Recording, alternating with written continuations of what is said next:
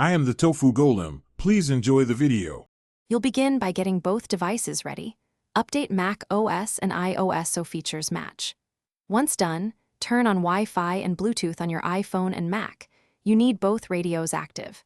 Make sure you're signed into the same Apple ID and that iCloud is enabled for relevant services. Now move to the first connection step. Open Finder on your Mac and connect the iPhone via USB-C or Lightning cable if pairing over wired sync is preferred. You'll pair devices next. When the prompt appears on the iPhone, tap Trust and enter your passcode. On the Mac, accept the device. Then enable continuity features. Open System Settings, General AirDrop and Handoff, turn on Handoff, enable AirDrop to contacts or everyone and allow personal hotspot. If you prefer wired sync, use Finder or iTunes on older Mac OS to configure backups, sync media, and manage files. Once these are set, Signal handoff functions will work automatically. Now you'll complete the workflow. Open an app on your iPhone and look for its icon on the Mac dock to handoff.